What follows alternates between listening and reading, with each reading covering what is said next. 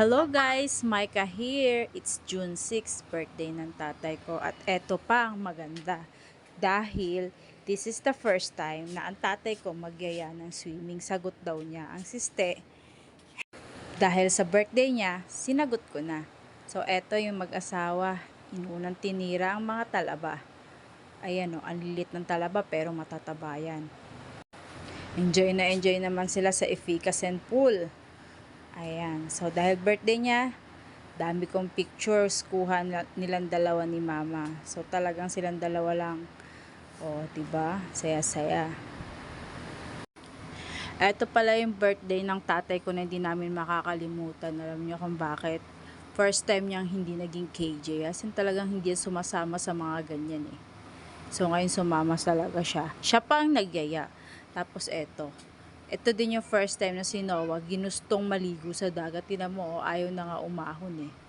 So, ayan, hinahanap ko kung nasa na sila. Sa sobrang laki ng dagat. Hindi mo alam kung saan na sila nagtatago eh. Pero hindi ka malulunod dyan kasi hindi naman siya ganun kalalim at hindi rin siya ganun kababaw. Ayan, saktong-sakto. Ayan o, enjoy na enjoy yung tatay ko. Pati yung anak ko, ayan o. Hindi talaga siya mahilig magligo ng ganyan eh. Pero ngayon talaga, nagbabad sila sa dagat, pati si Mar. Ayan. Ito yung efficacy pool, oh. Saya-saya, diba? Sobrang warm. Ayan. Pauwi na kami niyan. Ito yung nahuli naming crabo. Ito pala yung niluto ni Mark. Ayan, yung mga hinuli naming alimango. Nag-enjoy kami sa panghuhuli ng alimangon. Taba-taba niyan. Ayan si Noah.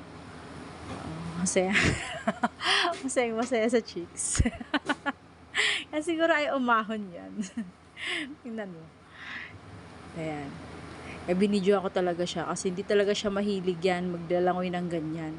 Floating daw siya. Ayan na, paalis na kami. Siya na lang natira sa dagat. Ayan, naglalalangoy pa siya. Talagang in-enjoy niya yung mga oras. Pati si Mar nag-enjoy din talaga eh. Sobrang babad nila sa tubig. Ayan, sarap. Tsaka alam niyo ba, mura lang ang budget namin dyan. Siguro wala pang 10k ginastos namin dyan. Sa mga gusto pumunta sa Kalatagan, message nyo lang ako. For today, bye-bye.